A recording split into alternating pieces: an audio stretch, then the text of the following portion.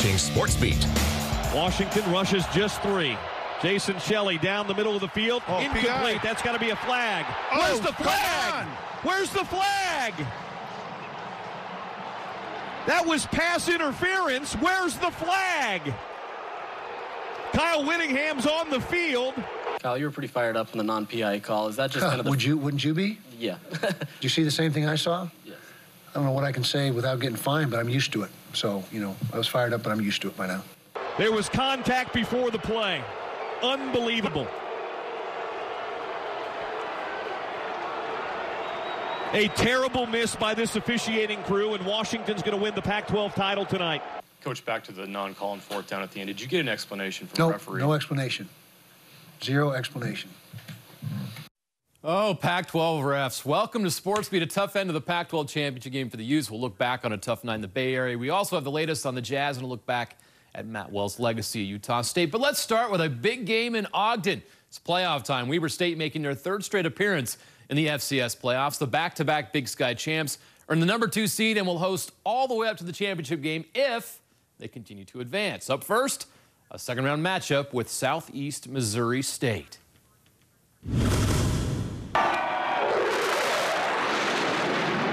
The start to this game was a little unsettling for the Wildcat faithful. SEMO led 7-0 after the first quarter. Daniel Santa Catarina scores.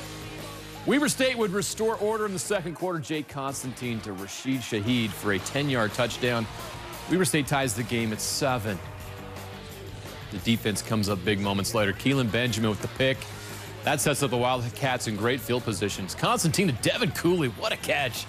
They go up 13-7 after a failed 2-point conversion. After forcing a punt, the offense drives down the field. 9 plays, 71 yards. Constantine to Isaiah Jackson. 20-7 Wildcats. The defense steps up again. Jordan Prater with the pick and a 17-yard return. That sets up another touchdown pass. Constantine to Jackson again. 40 yards. The Jordan Hygrat gives the Wildcats a 27-7 lead at the half. That lead grows in the third. Wildcats in the red zone again. Instead of throwing, Constantine keeps and scores. 34-7 Weber State running away with this one. Game over, right? Not so fast. SEMO rallies. Constantine fumbles. DeMarcus Rogers cuts the Wildcat lead to 11.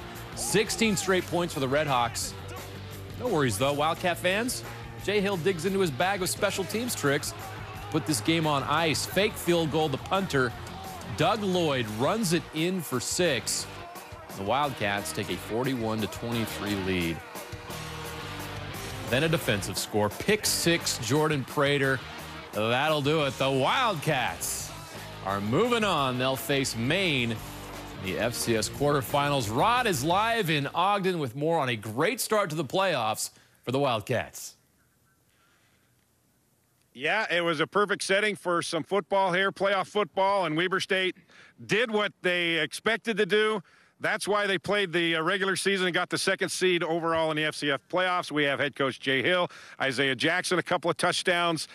Jordan Prater, the pride of Fremont High School. Oh, and the pride of Jordan High School right there. Jordan Prater, a couple of picks and a pick 6. Coach, let's talk with you first. This is why you get that 2nd seed, to have home field advantage up until the championship game. You're absolutely right. And our players embraced it today. I thought the fans were awesome. The atmosphere was very good. And we went out, played 3 phases strong. Offense, defense, and special teams all played well today. Isaiah Jackson, you're a Weber State guy through and through. Your dad, Noel, played on the Weber State basketball team in 1999 with Harold Arsenault and Eddie Gill, the team that knocked off North Carolina. So this is a proud moment for you. You hadn't scored a touchdown until today. What a way to shine. Yeah, it was good. Jake threw a good ball. Rashid and Devin both ran good routes to help get me open. It was a good team. Kind of a slow start for the offense, but in that, late in the first quarter and in the second quarter, you guys just unloaded. Yeah, we picked it up at towards the end. Jake really got us going, vocalized us. Like he got us going, talking to everybody, pumping us up. So now when you tell your dad you won a playoff game, he won a playoff game. I mean, he expects it. So I mean, no surprise to him. All right, the Jordan Beat Digger, now the pride of the Fremont Silverwolves. Jordan Prater, a couple of picks, a pick 6. Talk about that defense. After that opening moments of the ball game, you guys really took charge of this thing. Yeah, we just get out there and get after them like every week. Coach Hill had told us they were primed for a big turnover game, so defensive line just got some pressure on them, and back end did their thing, and we got a couple picks out of it, so it was good. Take us through that interception return for a touchdown. What were you looking at? I was looking at number 3, looking at my guy. Quarterback rolled out, and I saw him sit down, just jumped the throw, and went all the way. All right, Coach, you lined up for a field goal. A guy with a number 60 runs it in for a touchdown from Australia. Wasn't that awesome? I mean, that's something we believe in. If you're going to line up in a certain way that's a little unsound, we'd practiced it all week. Coach Swan did a great job of coming up with the play, and they practiced it well all week. And I told the players today this was going to be a huge play this game, and it was. I talked with Doug Lloyd afterwards, and he said, I've never run the ball before. That's why we put him in number 60, right? He did a great job, and the blockers in front of him obviously executed it well. And then he executed the fake punt well, where he threw it down to Jared Sheese. So there were some huge plays in this game in all phases, and super proud of the players and how they handled it. And Isaiah, that got you guys pumped up. All of his teammates were, high-fiving, and because number 60 scored. Yeah, this is funny. We always give him crap when he's trying to run the ball, but he's a good guy. He deserved it. All right, Jordan Prater, you move on. You got home field advantage again next week. The game will probably be on Friday or Saturday against Maine. I know you haven't had any chance to look at them. They beat Jacksonville State today, but just talk about moving on, winning and advancing. Yeah, I mean, we continue to prepare for this game like we would any other playoff game. We'll come out, practice hard. Coaches will set the game plan in, and we'll do our best to execute it. So. Yeah, and Coach Trayshawn Garrett injured in that first game against Utah. Josh Davis came in freshman of the year in the Big Sky Conference, but Trayshawn today, when Josh was a little bit ineffective, he really came on at 134 yards rushing. Well, both those guys are dang good players, and I've said that all along. When we have them both, it's a great 1-2 punch, and today we had him. Trayshawn's back and healthy, and we'll have him for next week. And now we just got to keep him healthy, and we got to keep running, and we got to keep playing with this expectation to go out each day and play great. All right. Well, this is why you're the second seed, right? Home field advantage again next week. Home field advantage. We got to get all the fans out Friday or Saturday. Get your tickets now. It's gonna be rocking. Isaiah Jackson, Coach Jay Hill, Jordan Prater. Thanks, congratulations, and. We'll be back here next Friday or Saturday. Go Wildcats. All right, guys, there you go. 48-23, the final. Weber State wins the second round of the FCS playoffs over Southeast Missouri State. Next up, next Friday or Saturday, guys. We'll find out later tonight when that game will be played, but it will be played here at Stewart Stadium in Ogden. So, Jeremiah, we got one win this week, didn't we? Somebody wins. That's always positive. Yeah, for sure. Thanks, Ron. We'll see you at 10. Yeah. All right, while the Wildcats celebrate a win, the Utes still feeling the sting of a missed opportunity last night. Their first ever Pac-12 Championship game appearance wasn't pretty. While the defense and special teams played championship quality football, the offense did not. The only touchdown in the 10-3 loss of the Huskies was a pick 6. The offense still had a chance in the final minute, but a controversial no call on fourth ended the Utes' Rose Bowl dream. Utah fans, good evening and welcome into Santa Clara, California. Utah plays on the biggest stage against the Washington Huskies. End to the left side of the formation, crossing the field, knocked down and incomplete. Utah showing pressure, now they back away from it. Inside slot, broken up, incomplete. And 9, who's back to throw with the blitz picked up. Across his body, ill-advised and incomplete. It was dropped by Corian Ballard. Browning to pass, throwing outside, it's caught and dropped. Incomplete, is it intercepted? It is! It's picked off on the deflection. Javelin Guidry got it! Kicker will attempt a 28-yard field goal. Henry's kick up is good. Yeah, from here it'd be 53. Washington brings pressure and knocks him right out of Matt Gay's field goal range. Taylor Rapp, the safety. The Pac-12 title game. 3-0 through the half. Defensive battle. We go to Robs. High and end over end. Covey is going to take it out from the goal line. Oh, my goodness. And Britton Covey's down right now at the 20-yard line. Right down the middle of the field. Had one blocked a week ago against BYU. Good snap, low hold, kick is high, it's end over end, and it is good! Matty Gay from 53. And here for Utah. play action pass. Jason Shelley throwing outside. It's caught and then dropped and then intercepted. Oh no, the deflection. Murphy's got it. 35-30, 25-20, 15-10-5, touchdown. The ball was deflected and kicked in the air, and Murphy came up with it for the touchdown. Play in the third. Shelley to pass again, looking down the field again. Taking a shot down the field, and it's intercepted. Snap is back. The kick is away. It's blocked! It's blocked! It's blocked! The Utah special teams comes up big, and it's a one-score game with 5:10 to play.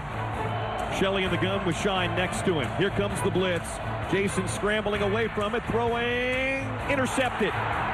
Intercepted by Byron Murphy. Washington rushes just 3. Jason Shelley down the middle of the field. Incomplete. That's got to be a flag. Where's the flag? Where's the flag? Kyle Whittingham's on the field. Kyle, you were pretty fired up on the non-PI call. Is that just kind of the... Wouldn't you be? Yeah. Did you see the same thing I saw? Yes. I don't know what I can say without getting fined, but I'm used to it. I don't know. It's just how it goes. Like Shelley said, they made plays when it counted, and there were times that we weren't able to on both sides of the ball. We couldn't get off the field enough, and it's just how it goes sometimes.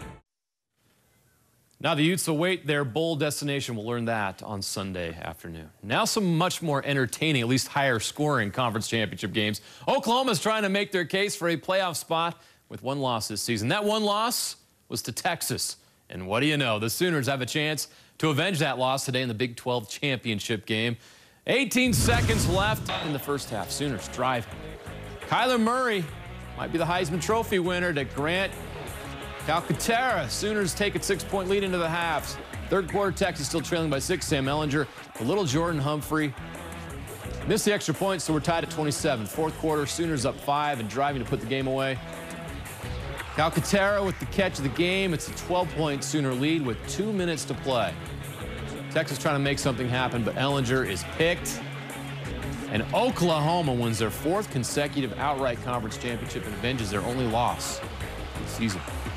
We have to take a short break. When we come back, we'll head back to some college football. We'll also check in with the Utah Jazz.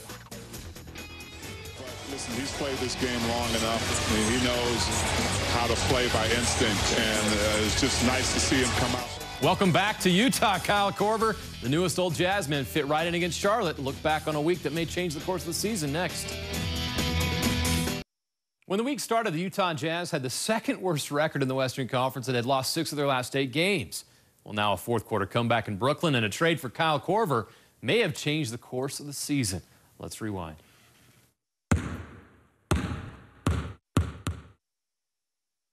Donovan stop and go drive. Beautiful move. The follow. Here's Rudy can roll. They're so good at that combination. Rudy got the loose ball and puts it home. And now he'll go open pick and roll. And Rudy with 3 buckets and a 6-4 lead Utah. Crowder holds it with one hand looking for a cutter. It's Joe Ingles. Here comes the flush. And Rudy owns the lane. Yeah, that's just great vision by Joe. Donovan, 5 on the clock, down to 4, down to 3, down to 2. He'll take the 3. It's up. Bang. Donovan to his right. Donovan, dead ball floater. I love that shot. I love it. Oh, boy, nothing you can do. Comes out, screens. 3-ball up. Feeling it. Oh, he's feeling it. Nailed it. Donovan and Mom is in the stands loving every minute. Off the glass, how did that come back to Gobert? Take it up, big man. Oh! Hammer down! Oh, how did that play happen? This thing came out of the blue this afternoon. Kyle Korver is coming back to Utah, if you can believe that. Time. Takes the first shot. Okay. Bang. Okay. Welcome back, Kyle Korver. Can you believe that? It was good to make the first one. Anytime you come to a new place, I guess it's not a new place, but you want to do it right in the beginning. And I think I knew what I was doing, maybe a fraction of the time. But welcome back. These guys are great, and obviously Quinn was a mad scientist drawing stuff up, and it was a lot of fun. And Ricky on a lob up top. Oh, two-handed, and Donovan with a high flyer, and that forces a timeout. Korver went baseline, now goes to the corner. Donovan fires up the shot short. Ball comes out to Crowder. Has to put it up. Oh! Out of bounds as he floats away and hits a three. Donovan races inside. Jackknife it up.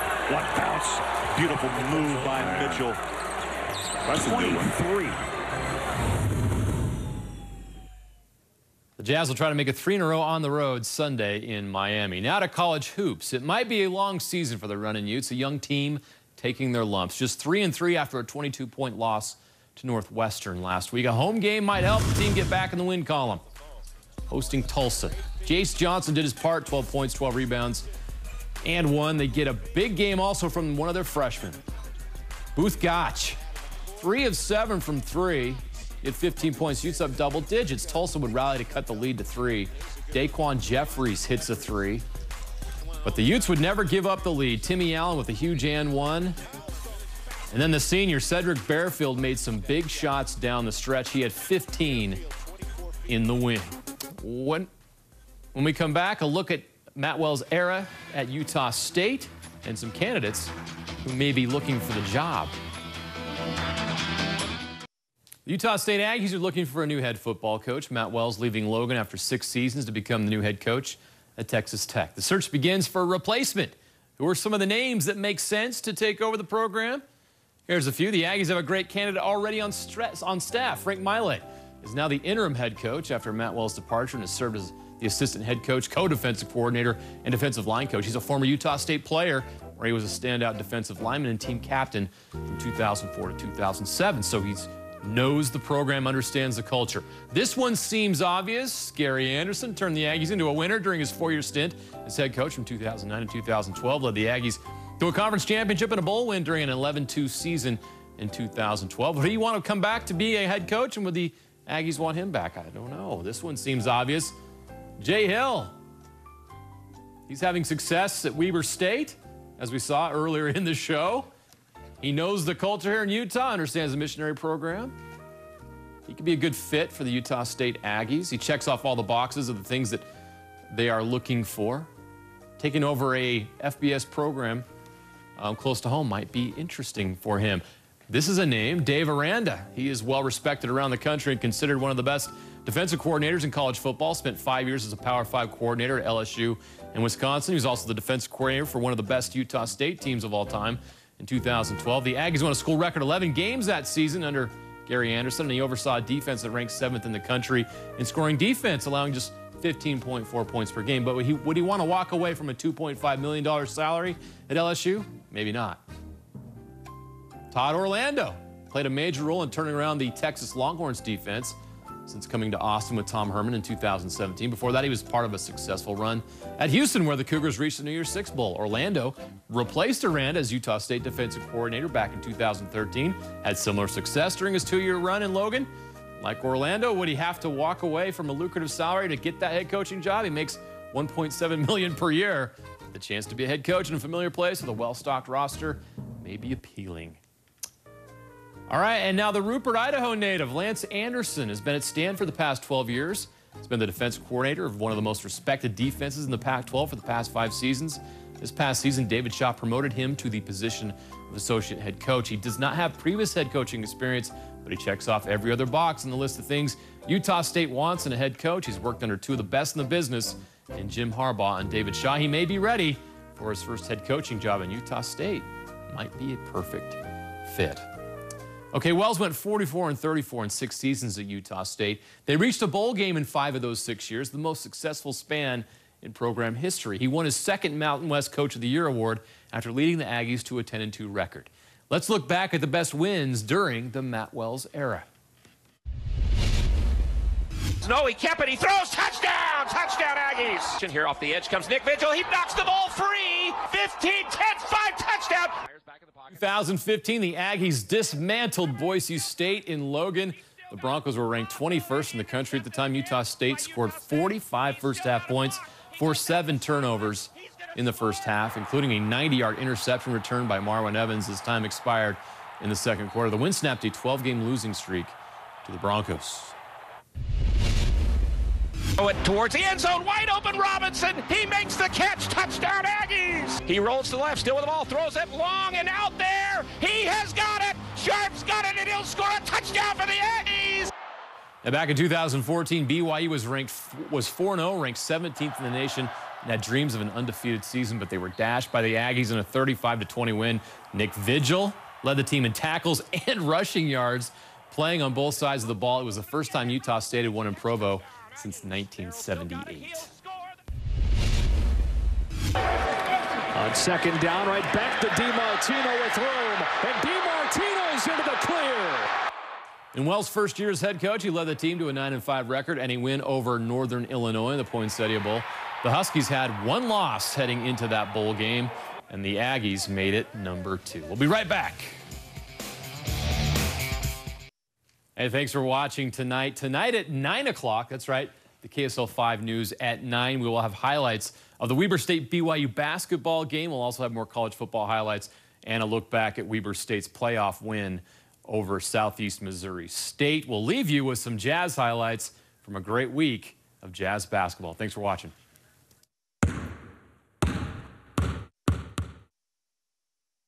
Donovan stop-and-go drive. Beautiful move. The follow. Rudy can roll. They're so good at that combination. Rudy got the loose ball and puts it home. And now he'll go open pick and roll. And Rudy with 3 buckets and a 6-4 lead Utah. Crowder holds it with one hand, looking for a cutter at Joe Ingles. Here comes the flush, and Rudy owns the lane. Yeah, that's just great vision by Joe. Donovan, 5 on the clock. Down to 4. Down to 3. Down to 2.